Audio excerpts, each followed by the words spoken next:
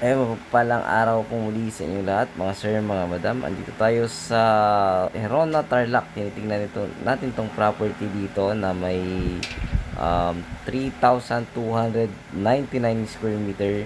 Meron po siya along Naiya Road na tinatawag, yung pinanggalingan natin. Ito naman Barangay Road na to.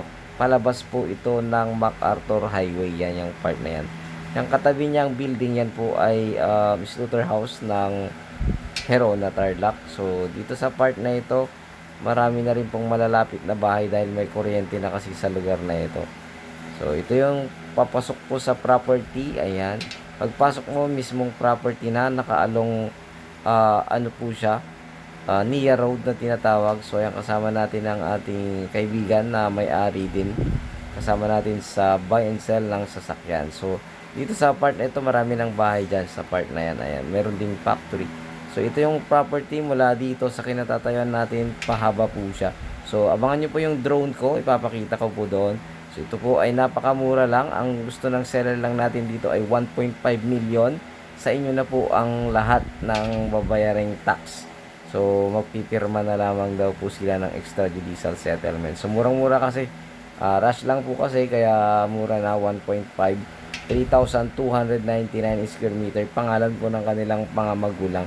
So buhay pa naman yung nanay, yung tatay lang patay, pero pipirma naman silang magkakapatid kaya wala pong magiging problema. So ayun, tara puntahan natin yung palabas po ng property. So ito yung palabas ng property. Ang makikita po ninyo ay mula dito, lalabas po tayo papunta ng MacArthur Highway. So ayan, at para makita po ninyo kung gaano po kalayo itong area mula po dito. So ang alam ko wala pa siyang 200 meters, pero tingnan natin. Susukatin natin dito sa ating mismong sasakyan sa odometer niya. Siniro-zero na po namin yan para po makita ninyo mamaya kung ilang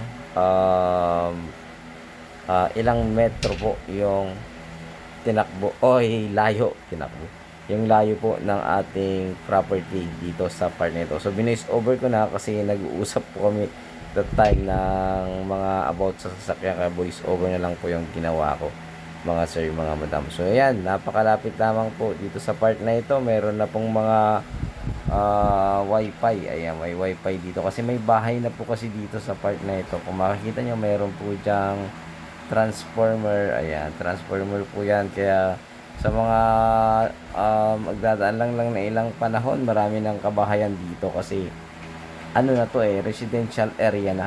Kumbaga napakalapit lang kasi sa MacArthur Highway. Sa ngayon, napakarami na pong bumibili na ating mga kababayan na ganito. Basta may kuryente, may internet, ay bumibili na sila sa mga ganitong area. So ayun, at sana ay magustuhan nyo po ito at pakitawagan nyo ako agad sa aking numero upang makapag-negotiate po tayo agad sa ating seller. So nandyan naman po sa aking screen yung aking number at aking Facebook account. Paki-message or tawagan nyo lamang po ako. Parehas pong Viber account po, Viber at WhatsApp ay gamit ko po yung number na yan. At ayun, ito na, palabas na po tayo ng MacArthur Highway. So napakalapit lamang po mga sir, mga madam. Ayan, MacArthur Highway na po yan. Tapos paglabas mo papuntang bayan ay napakalapit lamang po.